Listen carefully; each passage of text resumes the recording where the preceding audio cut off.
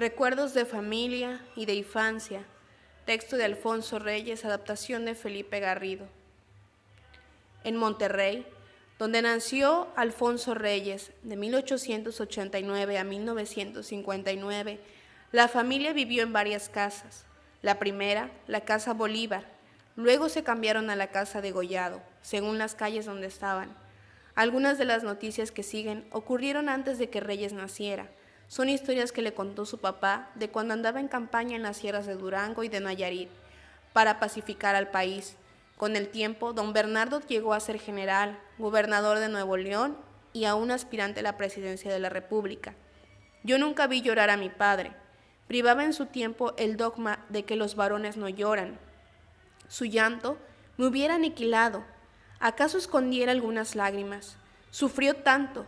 Mi hermana María me dice que ella, siendo muy niña, sí lo vio llorar alguna vez, a la lectura de ciertos pasajes históricos sobre la guerra con los Estados Unidos y la llegada de las tropas del norte hasta nuestro Palacio Nacional el 16 de septiembre de 1847. Como él, solo dejaba ver aquella alegría torrencial, aquella vitalidad gozosa de héroe que juega con las tormentas, como nunca lo sorprendí postrado, como era del buen pedernal que no suelta astillas sino destellos. Me figuro que debo a él cuanto hay en mí de Juan que ríe. A mi madre, en cambio, creo que le debo el Juan que llora, y cierta delectación morosa en la tristeza. No fue una mujer plañidera, lejos de eso, pero en la pareja, solo ella representa para mí el don de lágrimas. El llanto, lo que por verdadero llanto se entiende, no era lo suyo. Apenas se le humedecían un poco las mejillas. Su misma lucidez la hacía humorística y zumbona. No se consentía nunca ternezas excesivas, y ni durante los últimos años en que padeció tan cruel enfermedad, aceptaba la compasión. Estaba cortada al modelo de la antigua ama, señora de la casa castellana, hacendosa, administradora, providente, señora del telar y el granero. Iba de la cocina a las caballerizas con un trotecito a lo indio, y por todas partes oíamos el tintineo de sus llaves como una presencia vigilante, con la mayor naturalidad del mundo, sin perder su agilidad ni sus líneas sobrias.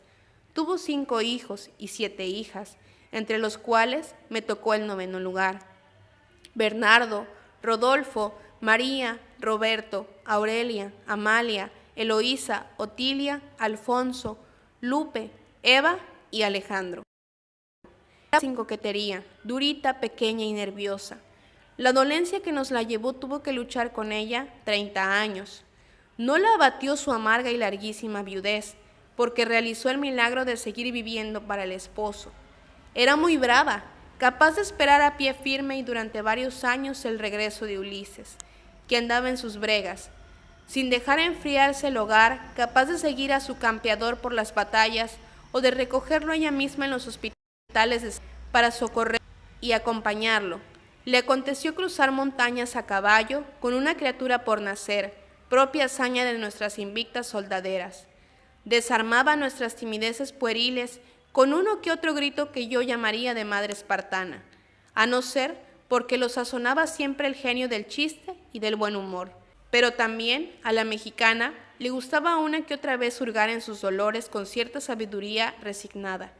Y yo hallo, en suma, que de su corazón al mío ha corrido siempre un común latido de sufrimiento. No tiene nombre la maldad de aquellos que guiaron a la tropa de mi padre en las serranías de Durango hasta una nidada de alacranes. Esos alacranes pequeños y amarillos matan a un hombre de un piquete. Y no solo inspiran el temor del peligro cierto, sino que como todas las alimañas, no podemos menos de considerarlos con un vago horror cosmogónico, mítico. Parece que adivináramos en los arácnidos y en todas las bestias menores, reducidos a la más simple expresión, a los sucesores irremediables del hombre, a los aniquiladores futuros. Comenzaban a montar las tiendas. Mi padre se había metido ya en el leve catre de campaña, angosto como un féretro, cuando se empezaron a oír los gritos de la gente, atacada por los alacranes. Salió como estaba y se puso precipitadamente el capote. Dentro de una manga lo esperaba ya el enemigo, que al instante le descargó 2 piquetes en el brazo derecho. Sintió la lengua envuelta en hilos y a poco perdió el conocimiento.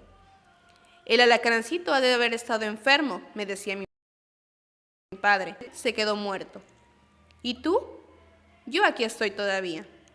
Veo a mi padre cierta noche veraniega, durmiendo en un catre de lona en el corral de su casa por el exceso de calor. Creo que fue en Rosario, en la sierra de Nayarit, donde tenía sus bases, nervioso y de sueño ligero, alertas en el reposo, que así viven siempre los que viven amenazados. Lo despierta un leve ruido en el picaporte del portón del fondo, como de alguien que quisiera abrirlo desde afuera. Este portón daba a una especie de establo que todavía se comunicaba a la calle por otra puerta. Mi padre, que estaba descalzo, pudo acercarse al portón sin ser sentido, y por las rendijas de las tablas alcanzó a ver unos bultos, un grupo que venía a sorprenderlo. Aprovechando el descuido de la noche, salió entonces a toda prisa por la puerta principal, en la calle opuesta, para traer unos soldados de su cuartel, pero cuando a paso veloz su gente rodeó la manzana, apenas pudo descubrir a la masa de asaltantes que doblaba la esquina y desaparecía misteriosamente. Lo veo sentado a una mesa, escrito para que corra el aire, porque el tiempo era caluroso en Rosario. Mi madre, muy jovencita todavía, jugaba debajo de la mesa con las últimas muñecas que le quedaban. Mi padre rasgueaba en el papel y luego leía para sí, acompañándose como solía, con ese ruidito gutural, hui, hui, hui, hui, que ayudaba siempre su lectura, singular cronómetro hecho sin voz y solo de aliento, y al que iba comunicando el énfasis de las frases. De repente, los demonios lo agredieron a tiros desde la ventana abiertas, sin más efecto que astillar las patas de la mesa al lado de mi madre. Este contraste de candor y de crimen es una síntesis acabada de aquellos días aciagos, terribles. Se llegaba de su casa al cuartel por una calle que remataba en la plaza, y allí se doblaba a la izquierda. En la esquina había un almacén de comestibles.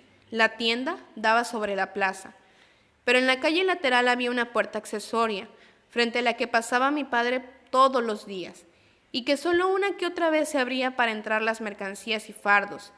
Esta calle tenía una de esas aceras altas de otros tiempos, que sobresalía más de medio metro sobre el arroyo. Anochecía, según su costumbre, mi padre iba rumbo a la plaza, camino del cuartel. La puerta accesoria rechinó, era inusitado. El reflejo nervioso lo hizo saltar de la acera hasta media calle. En ese instante salieron de aquella puerta dos hombres, puñal en mano. Al primero lo atajó con fortuna, el otro logró huir y escapar a nado por el río. Aquel salto inconsciente lo había salvado. Los hombres iban desnudos y bien embarrados de sebo, providencia del cuerpo a cuerpo. Si llegaban a apoderarse del comandante, nada hubiera podido contra aquellas fieras rabiosas.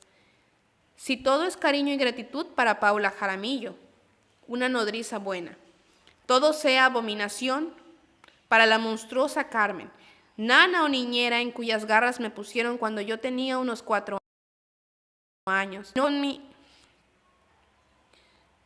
y que no acabó con mi salud mental porque Dios es bueno, como dice Rubén Darío y la gente.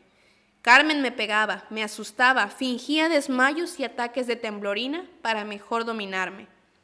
Me odiaba minuciosamente, o más bien me amaba con refinado sadismo, torciendo cada una de las fibrillas de mi ser, destrozando todas mis alegrías y espontaneidades infantiles. Yo era su obra de arte, su afilatero donde ella clavaba a diario sus flechitas como en un pequeño San Sebastián. Me enseñaba a tener miedo de la oscuridad para luego castigarme por eso. Alguna vez echó el colchón de mi cama al suelo y tomándome de los bracitos me azotó repetidas veces en el colchón con todo el cuerpo. Me había convencido de que si yo llegaba a denunciarla, ella saldría de la pared para castigarme. Cuando se cansaba de maltratarme o se le agotaba la imaginación, me enviaba un rato con otra criada. Busca a Petra y dile que te dé un poquito de tenmeaca, lo cual era para mí un alivio. Doña Margarita Guerrero, tan asidua de mi casa como cualquier persona de la familia, percibió algo de lo que pasaba y previno a mi madre. Esta comenzó por interrogar a mi hermana Otilia, pero no contenta, me llamó a solas. Yo, en vez de contestar a sus preguntas, me limitaba a ver la pared con ojos espantados. ¿Qué estás viendo en la pared?, me preguntó ella. ¿Qué? Si te digo la verdad, Carmen sale por la pared y me castiga. Mi madre, naturalmente, no necesitó saber más. Me envió de visita a casa Guerrero. Cuando volví al anochecer, ya no había Carmen a la vista, y yo me eché a correr de un lado a otro como potrillo que recobra su libertad. Vale la pena que yo cuente cuál era mi peor tormento. De noche, cuando yo ya estaba dormido, me despertaba a sacudones y a gritos. Yo abría los ojos y me encontraba con Carmen, que me estaba amenazando de un patero. Iba a gritar a mi vez, pero ella me tapaba la boca y me decía: «No grites, porque te come esa vieja que está ahí». Y en efecto, pegada a la vidriera que daba sobre el corredor, yo veía la cara de una espantosa medusa, desgreñada, desdentada y horrenda, que miraba con unos ojos de lumbre y tenía una risa de mordisco. Probablemente Carmen se había conseguido alguna estampa, y probablemente mi pavor contribuía a aumentar la apariencia de realidad. Yo me escondía bajo las mantas, y tembloroso. Ya verás, es que te estoy curando de espanto», me decía ella con voz meliflua, como de miel. Hay en la familia materna un personaje que me deslumbra. Vivía en las islas oceánicas, con centro principal en Manila, o los tenía por derecho propio o había adquirido los rasgos de aquellos pueblos, a tanto respirar su aire y beber su agua, como diría Hipócrates. Desde luego, tartamudeaba en lengua española y los ojos vivos y oblicuos le echaban chispas las raras veces que llegaba a encolarizarse. Traficaba en artes exóticas. Traía hasta Jalisco ricos cargamentos de sedas, burato y moaré, chales, mantones, telas bordadas que apenas alzaban entre sus 4 esclavos, y gasas transparentes urdidas con la misma levedad de los sueños y cendales de la luna.